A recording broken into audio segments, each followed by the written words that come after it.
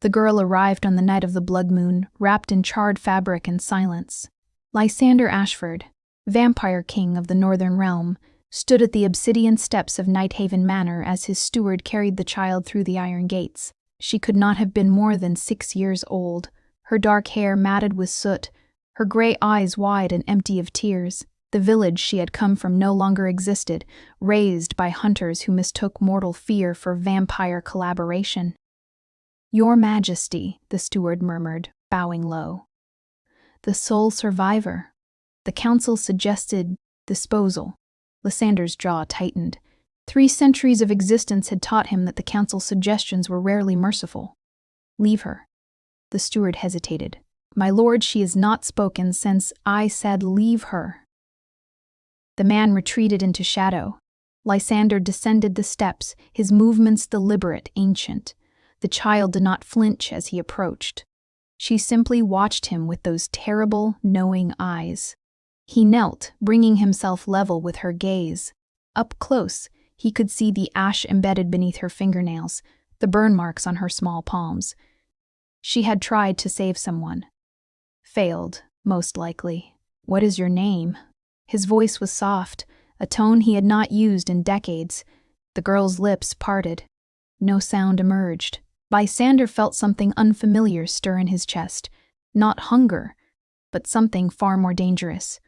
Pity, perhaps, or recognition of the kindred brokenness. "You need not speak," he said finally. "Nighthaven will shelter you. You are adopted into my house, under my protection." It was an impulsive declaration, one that would raise questions among the vampire aristocracy. Cheens did not adopt mortal children. They did not offer protection without price. Yet, as he lifted her so light, so fragile, and carried her into the manor's vast darkness, Lysander could not bring himself to regret it. The years passed like silk through skeletal fingers, the girl whom Lysander named Isolde, for she reminded him of a tragic queen from old poems, grew within Nighthaven's walls, like a pale flower in perpetual twilight. She never spoke. Healers examined her throat and found no damage. Scholars suggested trauma, curse, or simply willful silence. Lysander cared little for their theories. She was 11 now, slender and solemn, moving through the manor's corridors with ghostly grace. The servants whispered about her, the silent ward, the king's strange mercy. Some pitied her, others feared her, for children who did not cry or laugh seemed closer to the dead than the living. Lysander watched her from the shadows of his study, a habit he had developed over the years. She sat in the library now, surrounded by ancient texts she could not possibly comprehend, her fingers tracing illuminated letters with reverent care. He had given her everything: education, safety, a home in a world that would have discarded her. Yet he had given her nothing of himself. He fed elsewhere, conducted his duties elsewhere, existed in the spaces between her waking and sleeping. It was safer that way. Mortals who drew too close to him inevitably withered.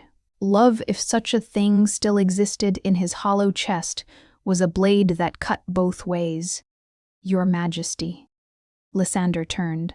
His advisor, Thaddeus, stood in the doorway, his expression grave. "The Bloodline archives," Thaddeus said quietly. "There's been a discovery." The archives existed in Nighthaven's deepest chamber, a vault sealed by 13 locks and older magic. Lysander descended the spiraling stairs with Thaddeus at his side, unease prickling along his spine. "What discovery?" he demanded. "A genealogy," Thaddeus replied. One of the archivists was cataloging the village records from the incident. 5 years ago. The settlement Isolde came from. Lysander's footsteps slowed, and the village was called Ashenmere, unremarkable until we traced its founding bloodlines. Thaddeus pushed open the vault door. Inside, a massive tome lay open on a pedestal, its pages covered in faded ink and blood script. "My lord, Ashenmere was established by survivors of the Veiltar Purge. The same purge that destroyed the Silver Bloodline," Lysander finished, his voice hollow. "The Silver Bloodline." A family of mortals born with vampire-killing magic in their veins, hunted to extinction 400 years ago by vampire covens who feared their power. Lysander himself had participated in that war, though the memory brought him no pride. "That's impossible," he said flatly. "The Silvers are extinct. Look." Thaddeus pointed to a genealogical tree, branches spreading across centuries. At its end, a single name, Isolde, daughter of Meren, last of the Ashenmere line. Beneath it, in crimson ink, Silver descended. The world seemed to tilt. Lysander gripped the pedestal's edge. She carries their blood? Dormant, we believe. Triggered only by... Thaddeus hesitated. By blood exchange with a vampire, or proximity to one of significant power. Lysander's mind raced. 5 years. 5 years she had lived under his roof, breathed the same air, slept in chambers saturated with his ancient presence. If her power awakened... "Does she know?" he asked hoarsely. "How could she? The village likely kept it hidden for generations. Protection through obscurity." Lysander turned away, his hands trembling in unfamiliar sensation. If the council discovered this, they would demand her execution. A Silver descendant raised in a vampire king's home was either a weapon or a catastrophe. "No one speaks of this," he commanded. "Seal the archives. Burn the genealogy if you must. My lord, she is my ward. I will handle this." As he ascended the stairs, leaving Thaddeus in the vault's shadows, Lysander's mind churned with impossible questions. How long before her silence broke? How long before her blood remembered what it was born to do? And when that moment came, when Isolde discovered the truth, would she see him as her savior or her enemy? The blood moon had delivered her to his door. Perhaps it had been a warning all along. Isolde traced the silver veins in the marble floor, her bare feet silent against the cold stone. Nighthaven Manor held many secrets. She had learned this through observation, not words. The servants whispered when they thought her deaf. The visiting nobles eyed her with suspicion. And Lysander watched her from distances that felt like chasms. She was 15 now, old enough to understand what she was. A charity case, a peculiar ornament in a vampire king's collection. She did not mind. Silence had become her armor, her identity. Words were dangerous. They revealed too much, demanded too much. But tonight, something pulled her from her chambers. A dream, perhaps, or a memory that was not her own, flickering images of fire and silver light, of a woman's voice chanting in a language that tasted like copper on her tongue. The library called to her. She descended 3 flights of stairs, past portraits of Lysander's lineage-pale faces with hungry eyes spanning centuries. The library doors stood ajar, lamplight spilling across the threshold. Inside, the air smelled of parchment and dust and something else. Something vital. Isolde moved between the towering shelves, her fingers trailing across leather spines. She did not know what she sought, only that she would recognize it when... There. A book bound in black leather, its cover unmarked. It sat on a reading table as though waiting for her, though she was certain it had not been there during her afternoon visit. She opened it. The pages were filled with diagrams, the human body mapped in silver ink, veins highlighted like rivers of light. Text in Old Vale, the ancient vampire tongue she had taught herself from Lysander's abandoned journals. The Silver Bloodline. The chapter heading read, "Mortals born to slay the undying." Isolde's breath caught. She read of a family blessed or cursed with magic in their blood. Magic that could paralyze vampires with a touch, burn them with proximity, kill them if properly awakened. A family hunted and destroyed, their name erased from history. Her fingers trembled as she turned the page. A genealogical tree sprawled across the next spread. Her eyes followed its branches downward, through centuries of names she did not recognize, until Ashenmere, her village. And there, at the tree's final branch, Isolde. The book slipped from her hands, hitting the floor with a sound like thunder. "You should not be here." Isolde spun. Lysander stood in the doorway, his expression carved from ice and shadow. He wore his formal attire, black velvet and silver clasps, as though he had come from some official function. But his eyes held something she had never seen before. Fear. That section is forbidden, he continued, his voice dangerously soft. He crossed the library in 3 silent strides, bending to retrieve the book. How did you find it? Isolde stepped back, her heart hammering. She wanted to explain the dream, the pull, the certainty that had guided her. But words remained locked behind her teeth. Lysander studied her, his ancient gaze searching. You read it. It was not a question. She nodded. All of it? Another nod. He closed his eyes briefly, a gesture so human it startled her. When he opened them again, resignation flickered in their depths. Come with me. He led her to his private study, a room she had never entered. It was sparse: a desk, shelves of ledgers, a single window overlooking Nighthaven's shadowed grounds. No personal effects, no warmth. A king's workspace, nothing more. Lysander gestured to a chair. Isolde sat, her hands folded in her lap. He remained standing, his back to her, silhouetted against the window. For a long moment, neither moved. I had hoped to spare you this knowledge, he said finally, at least until you were older. Safer. Isolde waited. The silver bloodline was exterminated 4 centuries ago. I was there. His voice carried no emotion, merely fact. We believed the threat eliminated. Clearly, we were wrong. He turned to face her, and she saw the weight of centuries in his expression: guilt, weariness, something that might have been regret. Your village hid your lineage for generations. Survivors who fled the purge, who buried their magic beneath mundane lives. They likely did not even know what you carried until... He paused, until the hunters came. Isolde's mind raced. The fire, the screams. Her mother pushing her toward the forest, whispering words she could not remember. The hunters were not hunting vampires, Lysander continued. They were hunting you. Someone betrayed your village's secret to mortal zealots who feared your potential power. They sought to finish what we began. The room tilted. Isolde gripped the chair's arms, her knuckles white. I did not know, Lysander said, and there was something raw in his admission. When I took you in, I saw only a child in need. If I had known what you were... He trailed off, shaking his head. The council would have demanded your execution. They still will if they discover the truth. Isolde found herself standing, though she did not remember rising. Her pulse thundered in her ears. She was a weapon, a threat, everything Lysander's kind had tried to destroy. And he had sheltered her anyway. Why? The word tore from her throat, the first sound she had made in 9 years. Lysander froze. His eyes widened, genuine shock breaking through his carefully maintained composure. Why? Isolde repeated, her voice hoarse from disuse but steady. Why keep me alive? He stared at her as though seeing a ghost.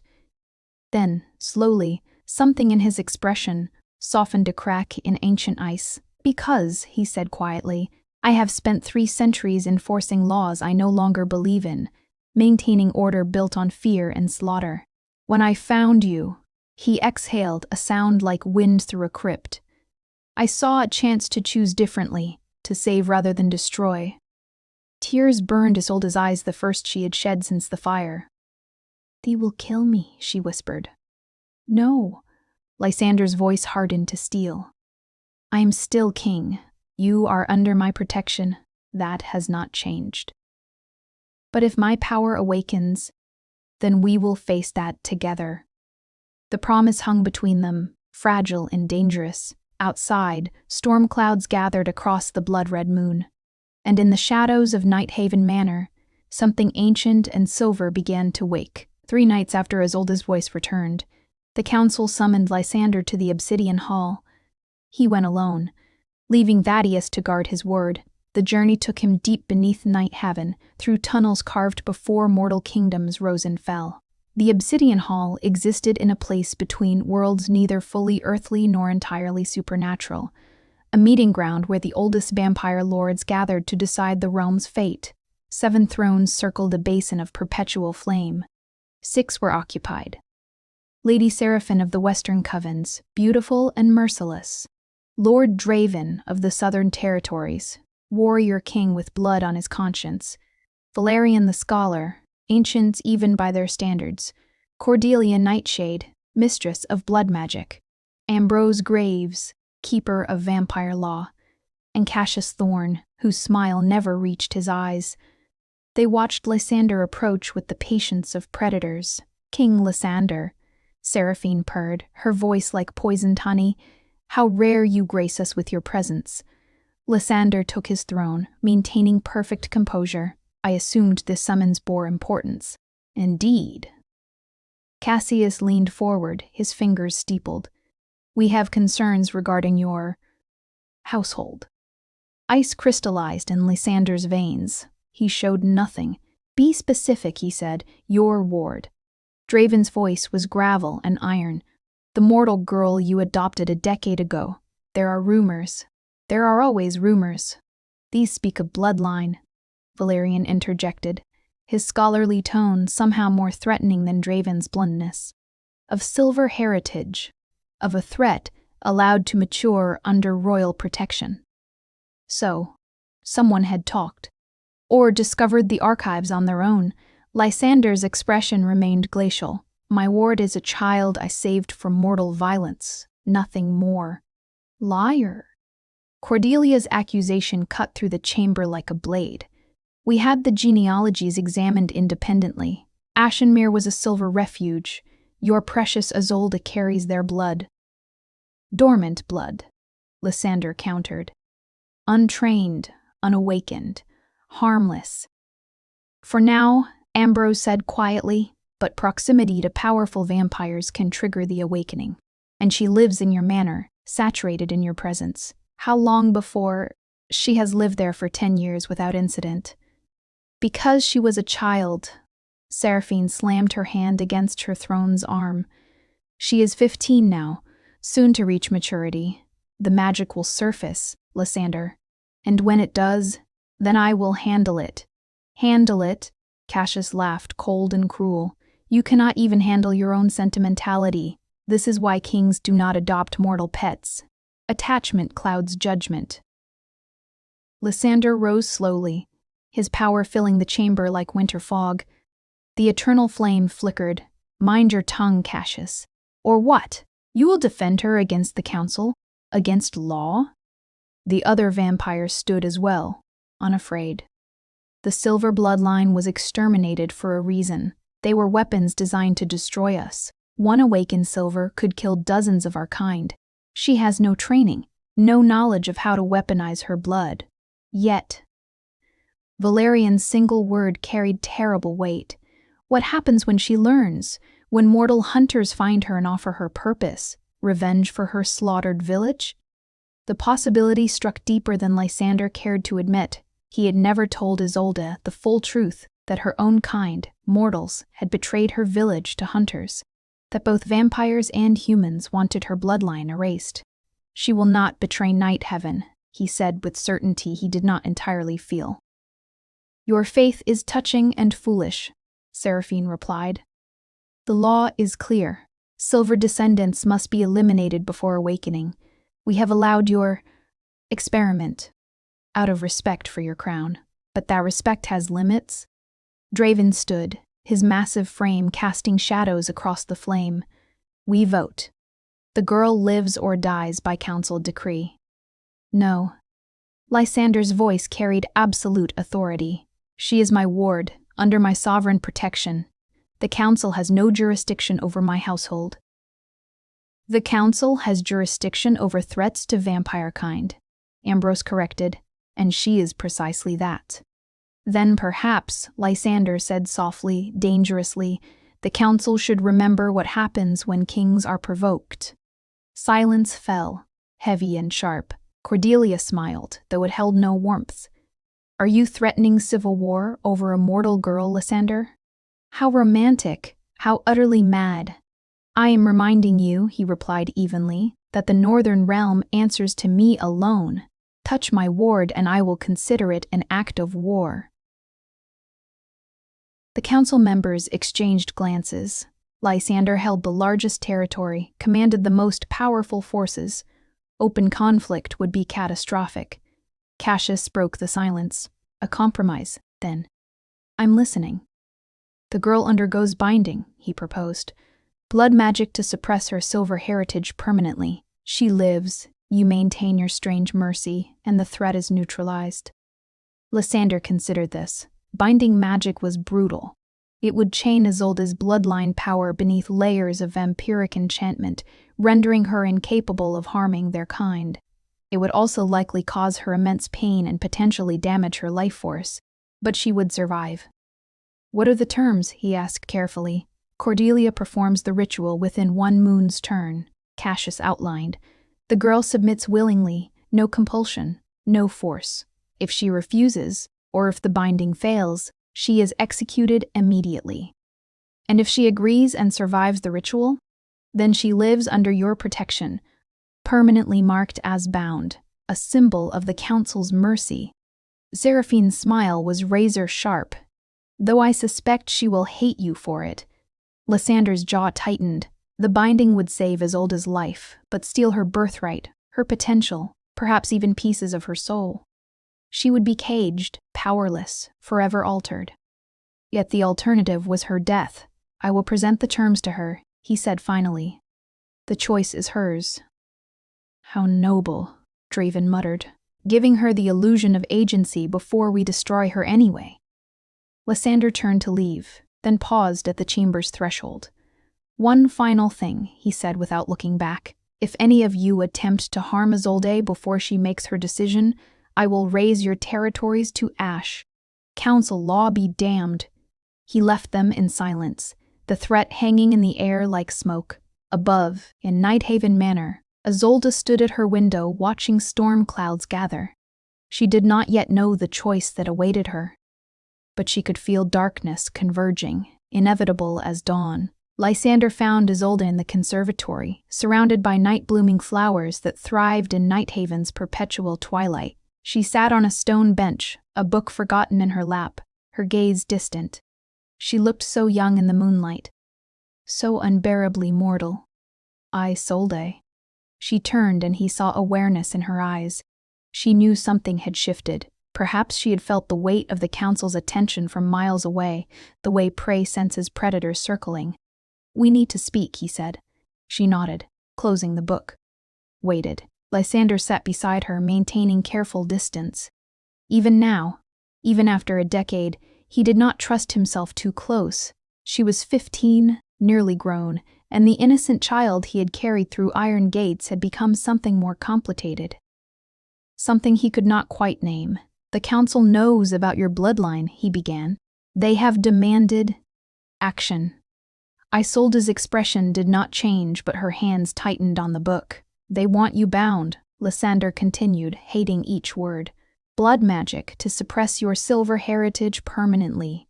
It would render you incapable of harming vampires even if your power awakened. And if I refuse? Her voice was still new to him, low, careful. Each word chosen with precision. He wondered what else had changed in those 9 years of silence. Then they will execute you. She absorbed this with eerie calm. I see. Isolde, what do you want me to choose? The question struck him silent. What did he want? For her to survive, certainly. But at what cost? The binding would break something in her, he knew. Transform her from a person with potential into a caged thing. I want, he said slowly, for you to live.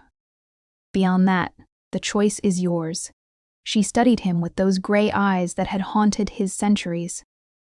You could compel me to accept, force my agreement. I could, but you won't, no. Why? She leaned forward slightly. If my survival is what you want, compulsion would ensure it. The Council would never know. Because, Lysander said, the words tasting like confession, you have had enough stolen from you. Your family, your village, your voice for 9 years. I will not steal your will as well. Silence stretched between them, filled only by the whisper of night flowers unfurling. Tell me about the binding, Isolde said finally. Everything. So he did. He explained how Cordelia's blood magic would weave chains through Isolde's veins, suppressing the silver heritage beneath layers of vampiric enchantment. How it would hurt days of agony, as her blood remembered and resisted and finally submitted. How she would emerge changed, marked, forever tethered to vampire magic in ways that would make her neither fully human nor anything else. "Will I die?" she asked when he finished. "Some do. The mortality rate is roughly 1 in 3. And if I survive, I'll never be able to harm a vampire, yes. You would be bound to them, to us, in a way that transcends loyalty, incapable of violence against our kind." Isolde stood, moving to the conservatory's glass wall. Beyond, Nighthaven's grounds stretched into shadow and moonlight. "I remember my mother," she said quietly. "Not much, but pieces. She used to sing while she worked. Something about silver rivers and starlight. I thought it was just a lullaby."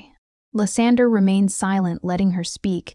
"She died trying to protect me. They all did, the entire village, burned because of what I carry in my blood." Isolde's reflection in the glass looked ethereal, ghost-like. "Sometimes I wonder if they would have been better off if I had never been born."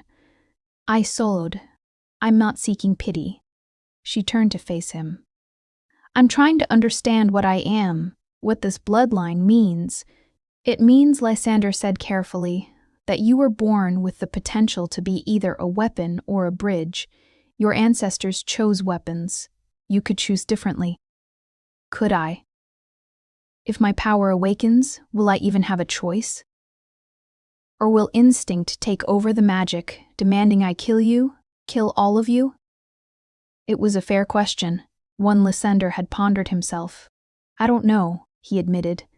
"The silver bloodline's magic is ancient, primal. It might override conscious will. Then the binding is logical." Isolde's voice was steady, but he heard the tremor beneath. "Survival over potential, safety over freedom. Only if you choose it." She laughed, a sound like breaking glass. "Some choice. Be bound or be executed. Such generosity from your council." "I know. Do you?" She crossed the conservatory to stand before him, close enough that he could feel her warmth, so alive, so dangerously mortal. "Do you understand what you're asking me to give up? Not just power I've never used, but the possibility of ever being free, of ever choosing my own path." Lysander met her gaze. "Yes, I understand. And you'll let me choose anyway?" "Yes." "Why?" The question again, but different now, raw, desperate. "Why does my choice matter to you?" "Because you are the only untainted thing in my 3 centuries of existence. Because watching you grow has reminded me what it means to hope. Because, somewhere in the last 10 years, you stopped being a duty and became, because it should," he said instead. "Because you are a person, not a problem to be solved." Tears gathered in Isolde's eyes, the second time he had seen her cry. The first had been 9 years ago, when her voice returned. "I need time," she whispered. "You have 1 moon's turn." She nodded, stepping back. As she moved past him toward the conservatory door, she paused. "Lysander?" "Yes? If I choose the binding, will you stay with me?" During the ritual. The request was simple, devastating. He should refuse. Maintaining distance was safer for them both. But the hope in her voice, fragile as spun glass. "Yes," he promised. "I will stay." She left him alone among the night flowers, and Lysander sat in the moonlight, wondering when exactly his ward had become the most dangerous person in his world, not because of her silver blood, but because of what she made him feel. Isolde spent the following days in Nighthaven's archives, searching for answers Lysander could not provide. The genealogies had been sealed after her discovery, but other texts remain histories of the silver bloodline, accounts of their powers, testimonies from vampires who had faced them in battle. She read until her eyes burned, until the ancient words blurred together. The Silvers had not simply been warriors. They had been protectors of the balance between mortal and immortal realms, blessed with magic that could sense vampire corruption, purify blood curses, and yes, kill when necessary. But their power required activation, a ritual passed down through generations. Her ritual lost when the bloodline was destroyed. "You should be resting," Isolde looked up to find Thaddeus standing in the archive's entrance. Lysander's advisor had been kind to her over the years, distant but respectful, never treating her as an oddity. "I need to understand what I am," she said. Thaddeus approached, his movements careful. "And have you found understanding?" "I've found questions." He smiled faintly. "That is often where wisdom begins." He gestured to the texts spread across her table. "May I?" Isolde nodded. Thaddeus settled into a chair, examining the books she had chosen. "You're researching activation rituals," he observed. "They're incomplete, fragments only, intentionally so. When the Council ordered the purge, they destroyed most records of silver magic. What remains is sanitized, made harmless." "But you know more?" Isolde guessed. "You're one of the oldest vampires in the realm." Flattery. But his expression grew serious. "I was there, yes, during the final battles. I watched silvers burn our kind with mere touch, saw them purify blood curses that should have been permanent." He paused. "I also saw them die. They were not invincible, Isolde, merely dangerous. Did they deserve extinction?" The question hung heavy. "No," Thaddeus said quietly. "But fear is a powerful motivator. The Coven saw them as existential threats. In war, nuance rarely survives." Isolde traced the edge of a crumbling page. "If I refuse the binding and my power awakens, will I want to kill Lysander? Truthfully? I don't know. The magic is instinctive, protective, whether it distinguishes between threat and ally." He shook his head. "There are no living silvers to ask. Except me. Except you." She closed the book before her. "Thaddeus, if you were in my position, what would you choose?" The old vampire considered this. "I would choose based on what I valued most. If survival is paramount, accept the binding. If freedom matters more than life itself, refuse. But," he met her gaze, "I would also consider the cost to those who love you. Lysander doesn't love me, he pities me. Does he?" Thaddeus's smile was knowing. "I have served him for 2 centuries. I have never seen him choose mercy over law. I have never seen him threaten the Council over anyone. Yet for you, he has done both." Isolde's heart stuttered. "He's protecting a political asset. If that were true, he would have compelled your compliance already, forced the binding without this theatrical choice." Thaddeus stood, preparing to leave. His Majesty is many things: cold, calculated, burdened by duty. But he is not a liar. If he says the choice is yours, it is. After he left, Isolde sat in the archive's silence, her mind churning. She thought of Lysander watching her from shadows all these years, close enough to protect but never to touch. She thought of his expression when she first spoke shock, and something softer, more vulnerable. She thought of the promise he had made. "I will stay." That night, Isolde woke to silver light bleeding beneath her door. She rose, pulled on a robe, and stepped into the corridor. The light emanated from the manor's east wing, a section she had been forbidden to enter since childhood. She followed it anyway. The wing was older than the rest of Nighthaven, the architecture more ancient, the shadows deeper. The silver light led her to a set of double doors carved with symbols she recognized from her research. Silver bloodline markers. Her hand trembled as she pushed the doors open. Inside was a chapel of sorts, high ceilings, stained glass windows depicting battles between mortals and vampires, an altar at the far end. But it was the walls that stole her breath. Names, thousands of them, carved into stone. The fallen silvers, a plaque read, "May their light not be forgotten." Isolde walked along the walls, her fingers brushing over the names. Families, whole lineages erased from history. And there, near the bottom of one wall, Marin of Ashenmere, daughter of Elena, keeper of the last flame. Her mother. "I built this after the purge ended." Isolde spun. Lysander stood in the doorway, moonlight framing his silhouette. He looked different, somehow older, warier. "I participated in their destruction," he continued, entering the chapel. followed council orders, convinced we were protecting vampire kind. It was only after, when I saw the extent of what we had done, that I understood we had committed genocide. He stopped before the altar, his back to her. This chapel is my penance, a place to remember what we destroyed, what I destroyed. His voice was hollow. The council does not know it exists. Isolde approached slowly. You knew my mother's name. I researched Ashenmir's lineage after I discovered your heritage. Your mother was the last keeper of the silver activation ritual. She died protecting its secret, protecting you. Why didn't you tell me? Because knowledge is a burden.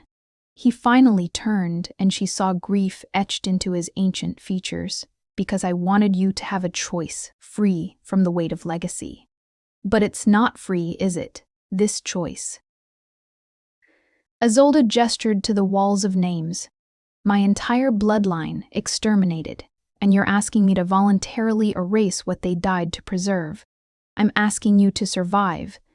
At what cost? Her voice rose, echoing through the chapel. My blood, my heritage, my ability to ever honor them? They would want you alive. You didn't know them. No, Lysander admitted. But I know grief. I know the weight of watching everyone you love turn to ash. They would choose your life over symbolic preservation. Isolde's hands clenched into fists. Silver light began to seep from her palms, faint, flickering, but unmistakable. Lysander went completely still. It's awakening, she whispered, horrified. Don't panic, breathe.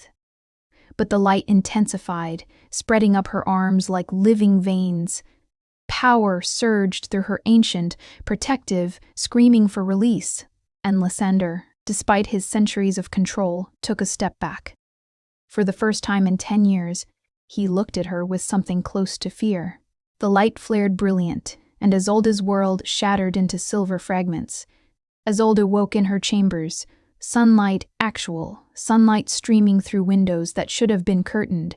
She bolted upright, disoriented, her body aching as though she had been broken and poorly reassembled. Easy! Lysander sat in a chair beside her bed, shadows clinging to him despite the daylight. He looked exhausted, his usual composure frayed at the edges. What happened? Her voice was hoarse. Your power manifested. Violently. He gestured to her hands. They were wrapped in silver-threaded bandages. You burned through 3 layers of protective wards before I could contain you. Memory returned in fragments, silver light, screaming magic, Lysander's face as he restrained her, his skin smoking where she touched him. I hurt you, she whispered, horror dawning. Minor burns, healed already. But he kept his distance, she noticed. Your silver heritage is awakening faster than anticipated. The proximity to me, the emotional stress, the chapel's residual magic, it all acted as a catalyst. How long was I unconscious? 2 days. Isolde's chest tightened. The moon's turn has 13 nights remaining. Enough time for you to decide, but... He trailed off, his expression grim. The council will sense what happened. They'll accelerate their timeline. Will they come for me? Not while you're under my roof. They fear open conflict. He stood, moving to the window but keeping his back to the light. But Isolde, if your power continues escalating, I won't be able to protect you from yourself. She stared at her bandaged hands. Beneath the wrappings, she could feel the magic coiling dormant now, but waiting, eager.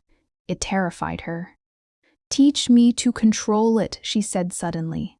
Lysander turned. What? If it's awakening anyway, teach me to control it.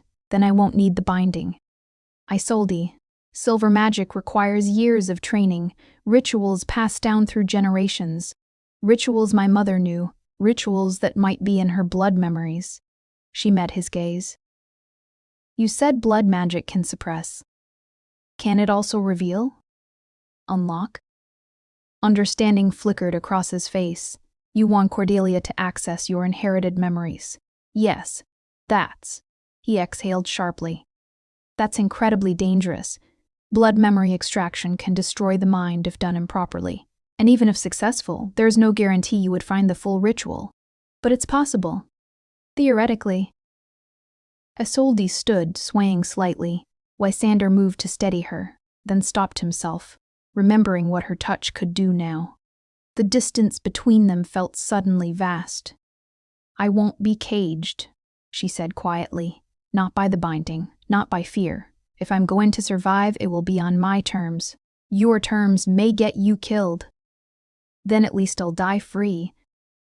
They stared at each other across the sun-soaked room, mortal and immortal, separated by more than just the space between them. Finally, Lysander nodded. "I'll arrange a meeting with Cordelia, but Isolde." His voice softened. "If this fails, if the blood memory extraction breaks you, I cannot." "You'll do what you've always done," she interrupted. "Survive. Rule. Endure." Something in his expression cracked. "Is that truly what you think? That you're so easily replaced?" The vulnerability in his question stopped her breath. "I don't know," she admitted. "You've kept me at arm's length for 10 years. I know you care for me, but I don't know how." Lysander was silent for a long moment. When he spoke, his voice was barely audible. "When I carried you through Nighthaven's gates, I thought I was saving a child out of duty. Penance for past sins. But somewhere in these 10 years, you became essential, the one uncorrupted thing in my existence." He finally met her gaze. "I kept distance because what I feel for you terrifies me more than the council, more than war, more than the sun itself." Isolde's heart hammered. "Lysander, you asked how I care for you. The answer is too much. In ways that are inappropriate, impossible, dangerous to us both." He turned back to the window, silhouette rigid. "So yes, I kept distance. Because the alternative was unthinkable." The confession hung in the air like smoke. Isolde wanted to cross the room, to close that cursed distance, to demand he look at her, but her hands were wrapped in silver-threaded bandages, her touch potentially lethal. So instead, she spoke. "When I was 12, I started leaving books in places where you would find them. Poems, histories, philosophy. Did you notice?" "Yes. I was trying to communicate without speaking. Trying to show you who I was becoming." She smiled sadly. "You always read them. I could tell by the way they were returned carefully, with notes in the margins sometimes. I thought it was an odd habit. It was loneliness, reaching for the one person who might understand me." Her voice wavered. "You say you kept distance for my protection. But Lysander? I've been alone in a manor full of vampires for 10 years. The distance was just another kind of cage." He flinched as though struck. "I'm not asking you to." She faltered, unsure what she was asking. "I just need to know that I matter, not as a ward, not as a responsibility, as Isolde." "You matter," he said roughly. "More than is wise. Then help me find my mother's memories. Help me learn to control this power. And after," she took a shaky breath, "after, we'll figure out what we are to each other." Lysander turned, and in the sunlight she saw him fully beautiful and terrible, ancient and eternally young, alone despite centuries of existence. "If we do this," he warned, "there's no going back. The council will see it as defiance. They'll move against you. Let them." "Isolde, I'm tired of surviving at the mercy of others' choices. Yours, the council's, fate's." Her eyes blazed with determination that matched the silver in her veins. "I'm choosing to fight." For the first time in 2 days, Lysander smiled a real smile, sharp and proud. "Very well," he said, "then we fight." Outside, storm clouds gathered, and in the shadows of Nighthaven ancient powers began to stir, drawn by the scent of awakening silver blood. The realm would soon learn what happened when a vampire king chose love over law, and it would not forgive easily. Cordelia Nightshade arrived at Nighthaven on the 7th night, her entourage deliberately small. She was a vision in deep crimson, her dark hair braided with blood-red garnets, her smile predatory. "Lysander," she greeted, sweeping into the receiving hall. "How delightfully dramatic this has become. Cordelia." He did not offer pleasantries. You understand what we require? Blood memory extraction from an awakening silver. Her eyes glittered. I haven't attempted something this dangerous in centuries. It's almost exciting. This is not a game. Everything is a game, darling. Some stakes are simply higher. She turned her attention to Isolde, who stood beside Lysander's throne. So, the infamous ward, you're prettier than the rumors suggested. Isolde refused to be intimidated. Can you do it or not? Oh, I can do it. Whether you survive is another matter. Cordelia circled her like a shark. Blood memory extraction requires me to literally drink your memories, recent and ancestral. Too deep, and I'll drain your mind. Too shallow, and I'll miss the ritual entirely. What are the odds of success? Lysander asked tightly. For finding the ritual, perhaps 40%. For her survival, 60 if I'm careful. Cordelia shrugged. Better than the binding, worse than execution. That's not reassuring, Isolde muttered. I'm not here to reassure. I'm here because Lysander called in a favor I've owed for 90 years. Cordelia's expression turned serious. But girl, understand this. If I go too deep into your blood memories, you won't just lose the past. You'll lose yourself. Become a hollow thing, alive but empty. Isolde glanced at Lysander. He looked like he wanted to stop this, protect her, lock her away where nothing could harm her. But he had promised to let her choose. I understand the risks, she said. I accept them. Cordelia studied her for a long moment. You love him, don't you, the king? Isolde's breath caught. Don't bother denying it. I can smell the bond forming between you. Tragic, really. Vampire and silver, the cosmos's most bitter joke. She turned to Lysander. And you, old friend, do you love her? That's irrelevant, he said coldly. On the contrary, it's entirely relevant. Love makes magic unpredictable. If your bond is strong enough, it might actually anchor her during the extraction, or it might destroy you both when her silver heritage tries to purge the connection. Cordelia smiled wickedly. Either way, it will be memorable. They prepared in Nighthaven's ritual chamber, a circular room deep beneath the manor. Runes covered every surface, pulsing with dormant power. Cordelia had Isolde lie on an altar at the room's center, while she drew binding circles and silver dust around them. Lysander stood outside the circle, forbidden to interfere once the ritual began. This will hurt, Cordelia warned, producing a ceremonial blade. I need your blood, quite a lot of it, to access the memories. The extraction itself feels like your mind is being pulled apart and examined piece by piece. How long will it take? Hours. Maybe longer. She glanced at Lysander. You should wait elsewhere, Your Majesty. Watching will be difficult. I promised to stay, he said simply. Cordelia shrugged. Your funeral. She placed the blade against Isolde's palm. Last chance to choose the binding instead. Do it, Isolde said. The blade sliced deep. Blood welled silver bright, and Cordelia caught it in a crystal vial. Once, twice, 3 times until Isolde's vision swam and her heartbeat thundered in her ears. Cordelia drank. Her eyes rolled back, turning pure white as the blood magic took hold. She swayed, then steadied herself, her consciousness diving into Isolde's veins like a swimmer plunging into dark water. And Isolde screamed. Pain exploded through her mind. Not physical, but worse, the sensation of being invaded. Cordelia's presence rifled through her memories like pages in a book. Childhood fears. Her mother's final moments. 10 years of loneliness in Nighthaven. The first time she realized she loved Lysander. No, Isolde thought desperately. Not those.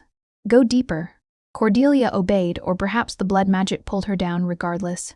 They sank past Isolde's memories into older ones, her mother's life, her grandmother's, generations spiraling backward like a descending staircase made of images and emotions.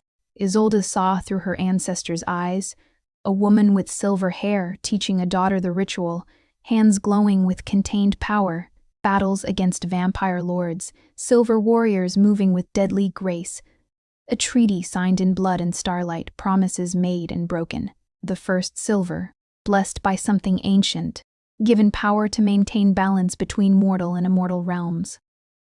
And there, finally, the activation ritual. Words in old veil, gestures precise as surgery, her requirement that made Isolde's heart stop. The silver must bond with a vampire of true heart. Only through forbidden union can the power be controlled rather than consuming. Cordelia jerked back, breaking contact. She stumbled, blood streaking from her nose and eyes. Impossible, she gasped. Lysander was at the circle's edge instantly.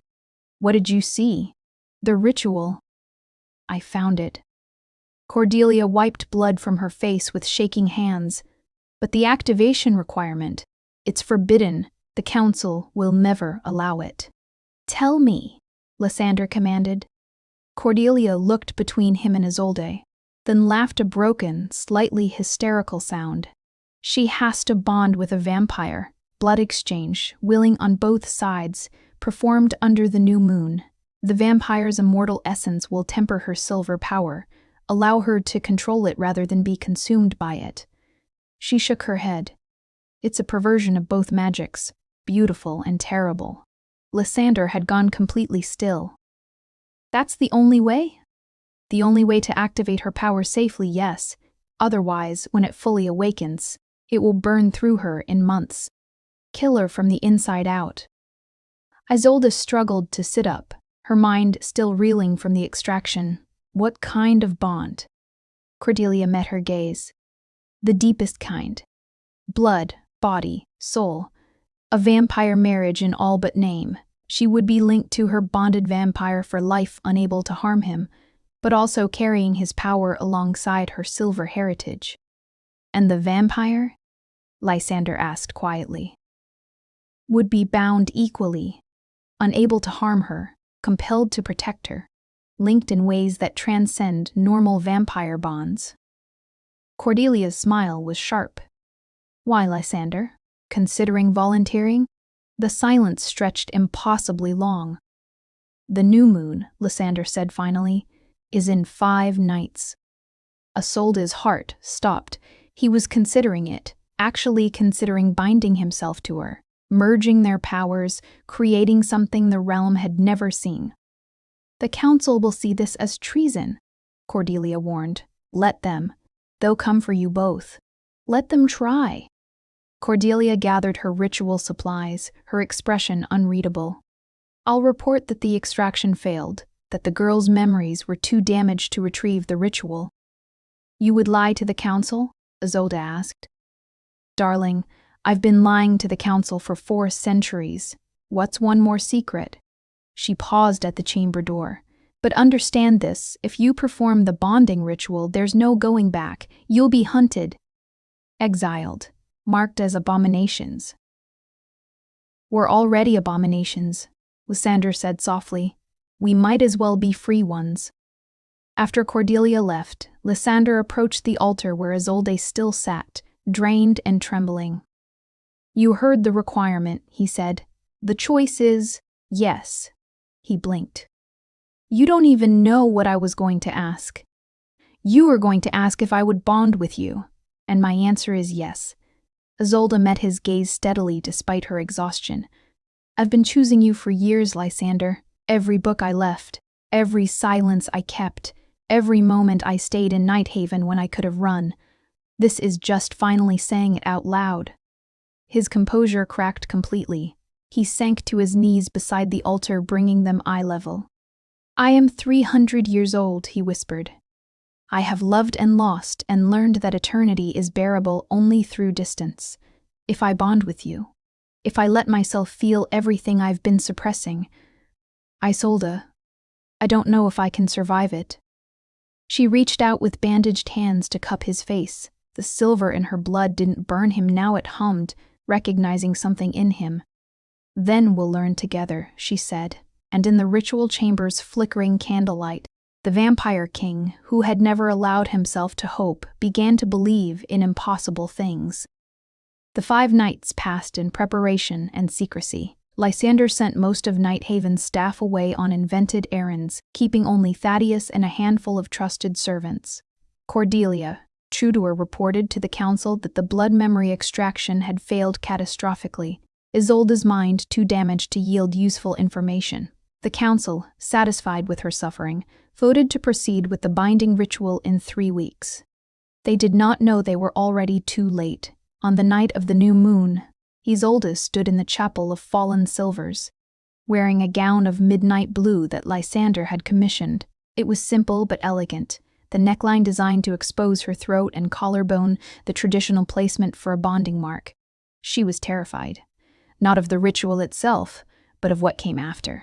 A life bound to Lysander, hunted by the council, marked as abomination, but also a life lived freely, on her own terms, with the one person who had seen her at her most broken and chose to stay. "You're certain?" Thaddeus asked, making final adjustments to the ritual circle he had drawn. "Yes. The council will retaliate. You understand this?" "I do." He studied her with ancient eyes. "In 2 centuries of serving Lysander, I have never seen him happy. Not truly. You've given him that, even if only in stolen moments." Thaddeus smiled faintly. "Whatever comes next, thank you for that." The chapel doors opened. Lysander entered alone, dressed in formal black, his expression a careful mask that didn't quite hide the turmoil beneath. "Everything is ready," Thaddeus announced. "I'll stand watch outside. If the council comes—" "They won't," Lysander said. Cordelia ensured they believe Isolde incapacitated. After Thaddeus left, silence fell between them. Lysander approached slowly, stopping just outside the ritual circle. "Last chance," he said quietly. "We could still choose the binding. Safety over freedom." "We could," Isolde agreed. "We won't." "No." A ghost of a smile. "We won't." He stepped into the circle. The silver dust ignited, forming a barrier of light around them. No magic could enter or leave now until the ritual completed or failed. Isolde's heart raced as Lysander withdrew a ceremonial blade, the same one Cordelia had used for the blood memory extraction. The ritual required blood exchange, performed in a specific pattern while reciting the old veil incantation her ancestors had guarded. "I've never done this before," Lysander admitted. "Bonded, truly bonded. There were political marriages, blood contracts, but nothing like—" He trailed off. "Like choosing each other," Isolde finished. "Yes." She held out her hand. "Then we'll learn together." He took her hand carefully, his skin cold against her warmth. With the blade he made a precise cut across her palm. Not deep, but enough for blood to well up, silver bright in the candlelight. Then he cut his own palm. His blood was darker, older, carrying the weight of centuries. "The words," he said, "do you remember them?" Isolde nodded. Cordelia's extraction had burned the ritual into her mind. They pressed their bleeding palms together. The moment their blood touched, power exploded through the chapel silver and shadow, mortal and immortal, crashing together like opposing tides. Isolde gasped as Lysander's essence flooded into her. Cold loneliness, ancient grief, 3 centuries of careful control. And beneath it all, a desperate, terrifying capacity for love that he had suppressed for so long. And he felt her, warmth and resilience, the small girl who had survived fire and loss, the woman who had chosen courage over safety, the fierce, quiet hope that refused to die. They spoke the words in unison, their voices intertwining. "By blood given freely, by bond chosen truly, let silver and shadow be made one. Let mortal strength temper immortal hunger. Let eternal patience guard fleeting life. We are bound by choice, not fate. We are 2 becoming one, yet remaining whole. This covenant cannot be broken by force, only by betrayal of trust freely given." The silver light and shadow merged, spiraling up their joined arms, wrapping around their bodies like living vines. Isolde cried out as power reshaped her from the inside, her silver heritage awakening fully, but tempered now by Lysander's immortal essence. She could feel it spreading through her veins, changing her in ways she didn't yet understand. Lysander shuddered as her warmth invaded his cold existence, as mortality touched immortality and didn't burn away. For the first time in 3 centuries, he felt alive, vulnerable, and terrified and exhilarated. The light reached its crescendo, then sank into their skin, leaving behind marks. On Isolde's throat, a silver crescent moon intertwined with shadows. On Lysander's wrist, the same mark, reversed shadow moon wrapped in silver. The ritual circle's barrier dissolved. They stood facing each other, hands still clasped, breathing hard despite one of them not needing to breathe. "I can feel you," Isolde whispered. "Your presence, your emotions, like an echo in my mind. As I feel you." Lysander's voice was rough. "Is it too much?" "No." She stepped closer, free hand rising to touch the bonding mark on her throat. "It's perfect." And then he kissed her, not the careful, restrained touch of a king maintaining propriety, but the desperate kiss of a man who had denied himself too long. His hands cupped her face, her jaw tangling in her hair, and she responded with equal hunger. 10 years of longing compressed into this moment. When they finally parted, both were shaking. "We should prepare," Lysander said, though he didn't release her. "The council will learn of this within days, perhaps hours. We'll need to, Lysander. Yes? For once in 3 centuries, stop planning." She smiled. "Just be here, with me, now."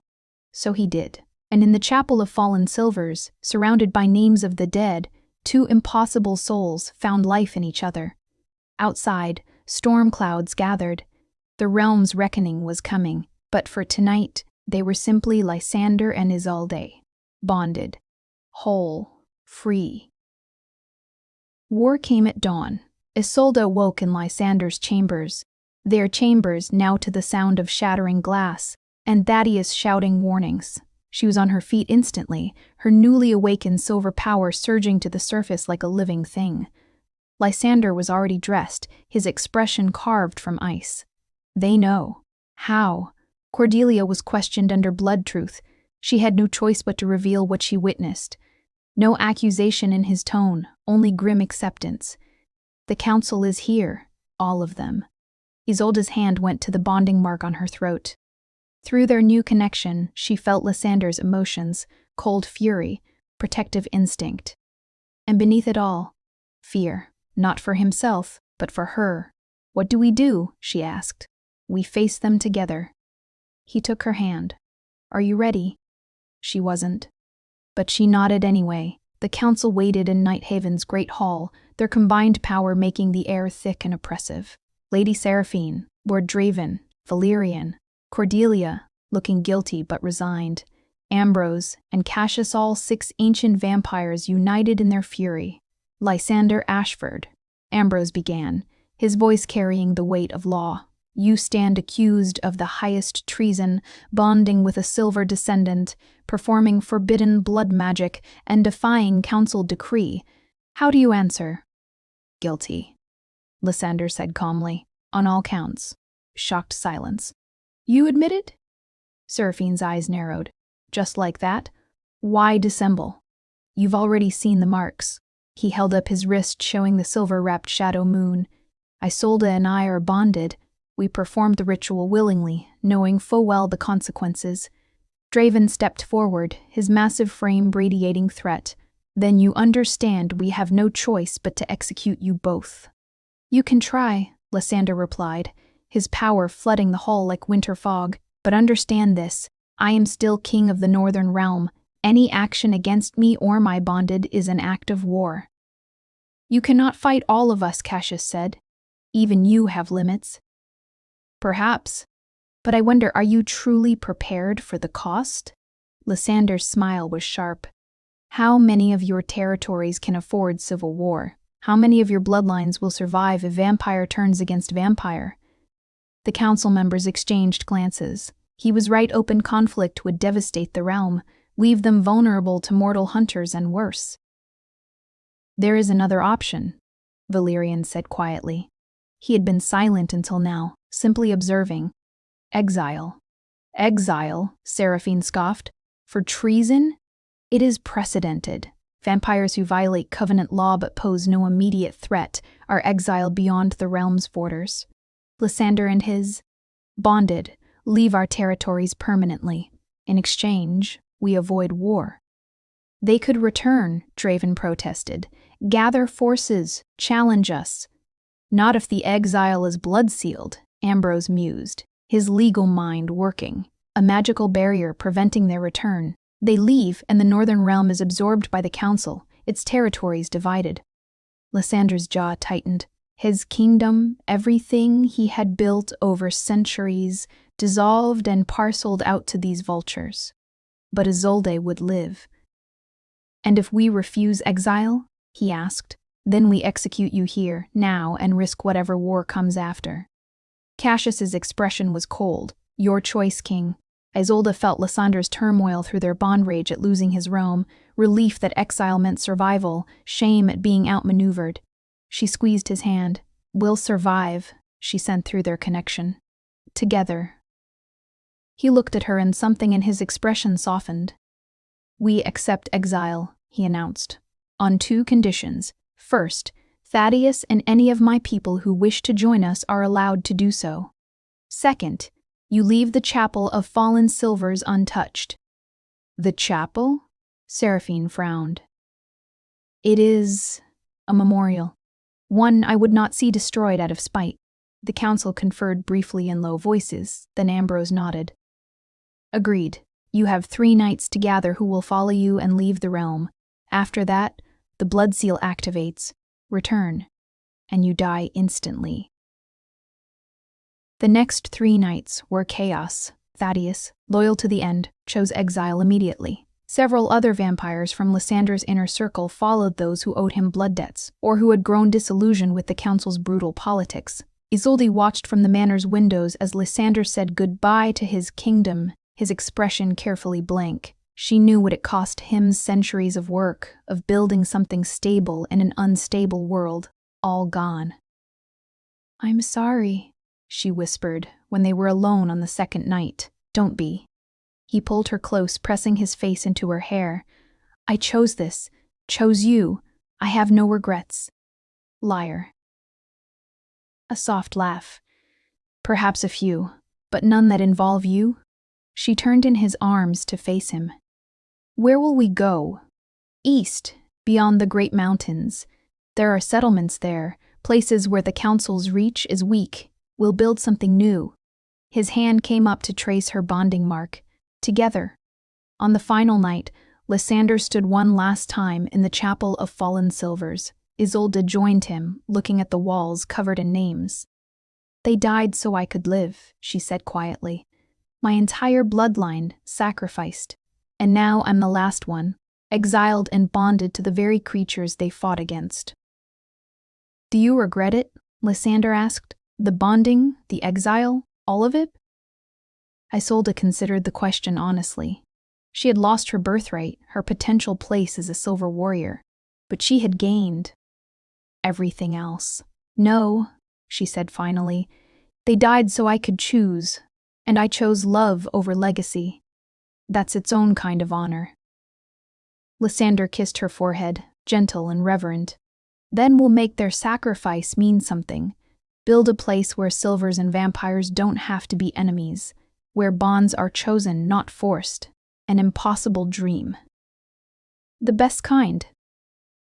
They left Nighthaven at midnight, a small caravan of exiles heading east into unknown territories. Isolde looked back once at the manor that had been her home for 10 years, then forward to where Lysander rode beside her. The council watched from Nighthaven's battlements, satisfied with their victory. They did not yet know what they had unleashed into the wider world. A silver and a vampire, bonded and freed from the realm's laws. It would be their greatest mistake. 3 years passed in exile. Isolde stood on the balcony of Thornhaven, the settlement they had built in the eastern mountains, watching the sun set over territories the council had no claim to. She was 19 now, her silver power fully awakened and controlled, tempered by Lysander's immortal essence. The settlement had grown beyond their initial expectations. Exiled vampires, rogue mortals, half-bloods rejected by both communities, all had found refuge here. It wasn't perfect. Tensions still flared between species, but it was theirs, built on choice rather than fear.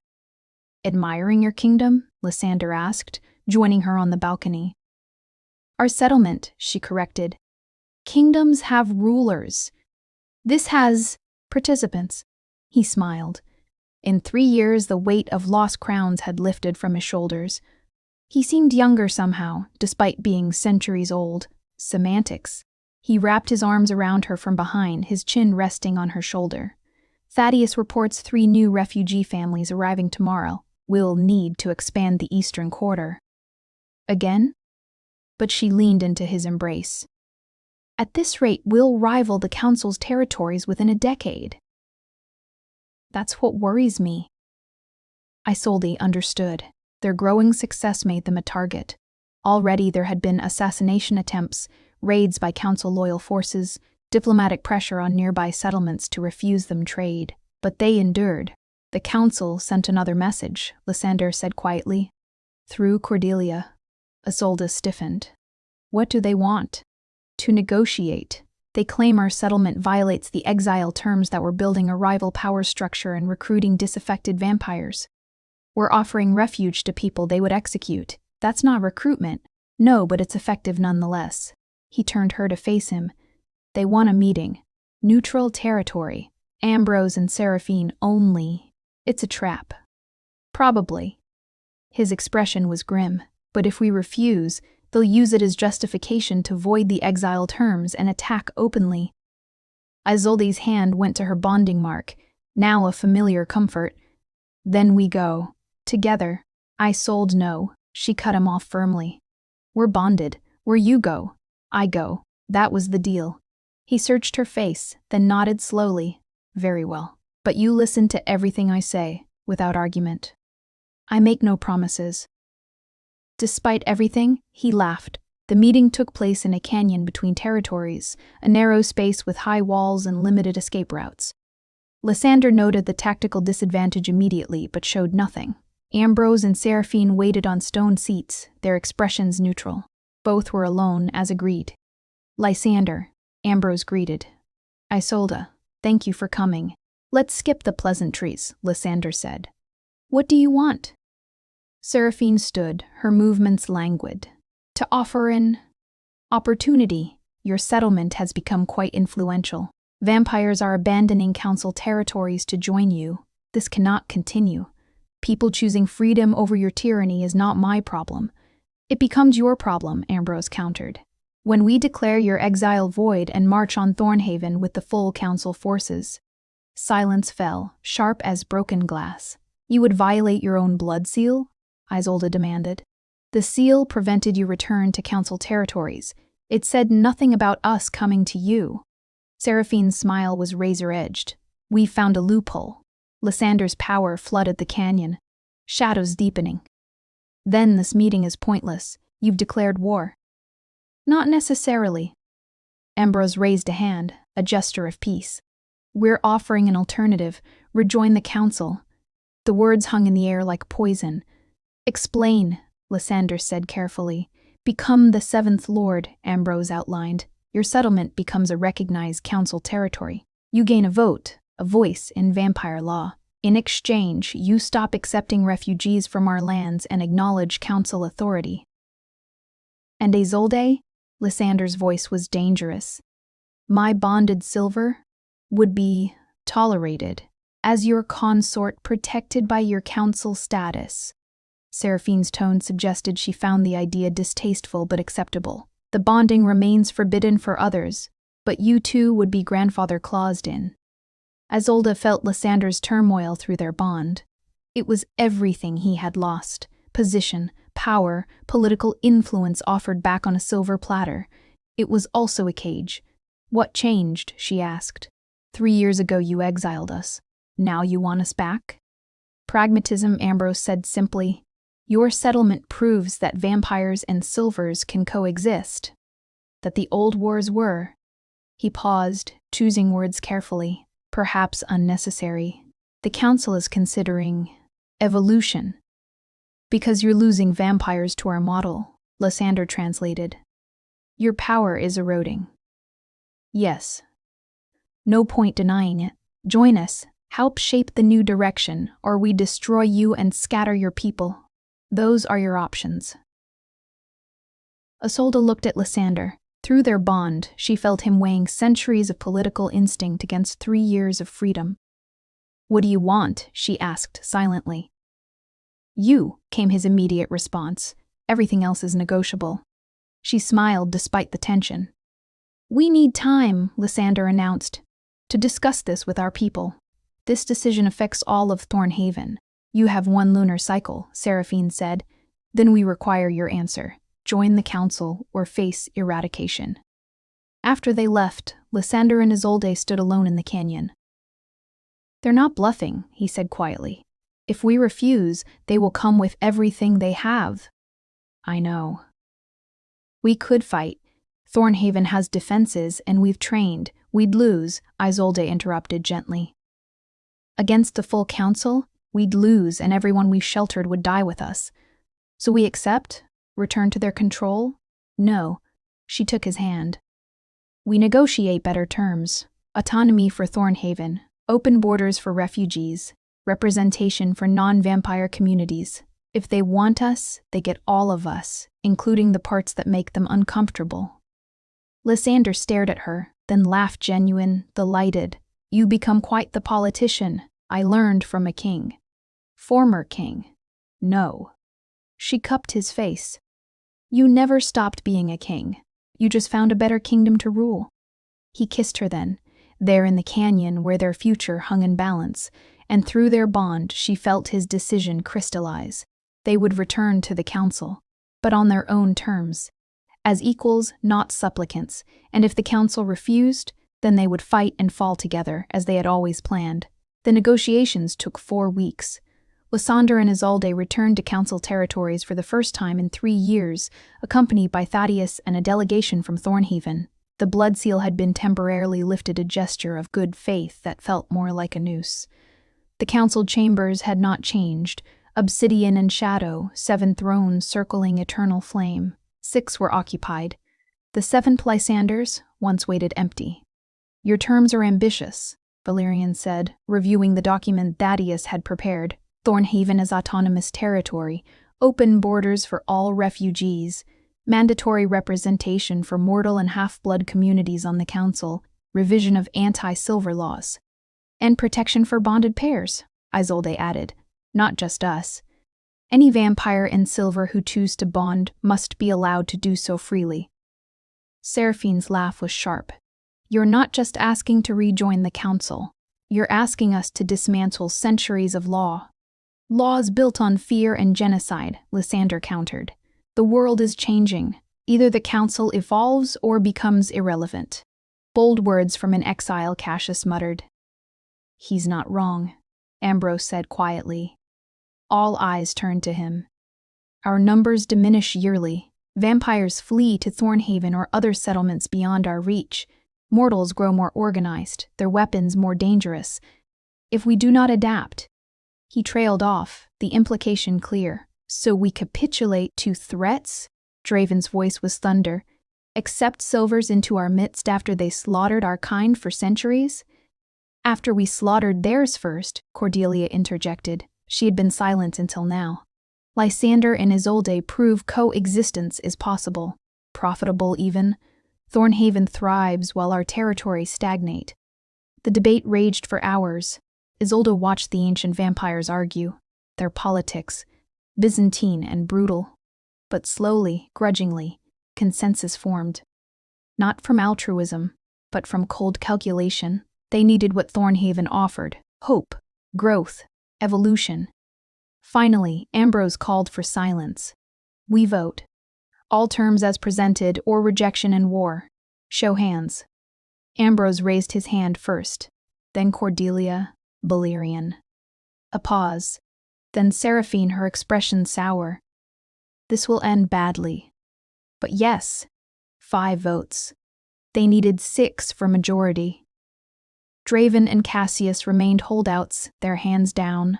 The silence stretched impossibly long. Then Cassius sighed. "I hate this, but I hate irrelevance more." His hand rose. 6 votes. Draven stood abruptly. "You're all fools. This silver will betray us, mark my words." He stalked toward the exit, then paused. But I won't start a civil war over it, do what you will. His abstention was as close to approval as they would get. Ambrose smiled faintly. Welcome back, Lord Lysander, Lady Isolde. He gestured to the empty seventh throne. Shall we begin the new era? 3 months later, Isolde stood in Thornhaven's central square, watching the dedication ceremony for the Covenant Monument. It was a sculpture of intertwined hands, one pale and cold, one warm and silver-veined reaching toward the same light. Bit on the nose, isn't it? Lysander murmured beside her. I think it's perfect. The square was crowded with vampires, mortals, half-bloods, and even 3 other bonded pairs who had come forward after the law changes. Not many yet, but enough to prove it was possible. Thaddeus approached, looking harried but satisfied. The council's first session with mortal representatives starts next week. I've prepared briefings on the major issues. Thaddeus? Lysander interrupted gently. Breathe. We have time. The old vampire actually smiled. Old habits. I spent 2 centuries managing crises for you, and now you get to manage them for all of us. Lysander clapped his shoulder. Lucky you. After Thaddeus left, Isolde leaned against Lysander, comfortable in a way that would have been impossible 3 years ago. Do you miss it? She asked, being the sole king, making decisions alone? Sometimes, he admitted, but mostly unrelieved. Power shared is power sustainable. He looked down at her. And I have you. Everything else is secondary. Through their bond, she felt the truth of his words and the contentment beneath them. 3 years of freedom had healed wounds she hadn't known he carried. I've been thinking, she said carefully, about children. Lysander went very still. I know it's complicated. Bonded pairs have produced offspring before, but rarely, and the results are. She trailed off. Half-vampire, half-silver children were unpredictable, powerful, and historically short-lived. Dangerous, Lysander finished. For the child, for you, for everyone. But not impossible. He turned her to face him, his expression serious. Is this truly what you want? Or what you think you should want? Isolde considered the question honestly. Did she want children? Maybe. Someday. But more than that, she wanted the freedom to choose to not have that possibility stolen by fear. I want options, she said finally.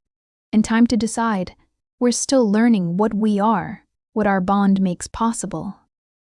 Then we have time, Lysander agreed. Eternity, if I have anything to say about it. She raised an eyebrow. Are you offering to turn me? Make me immortal? Eventually, if you choose. Not yet, you're 19, barely begun living. But someday if you want. He cupped her face. I would share eternity with you gladly. The offer hung between them, vast and terrifying and beautiful. Ask me in 10 years, Isolde said, when I've had time to be fully mortal first.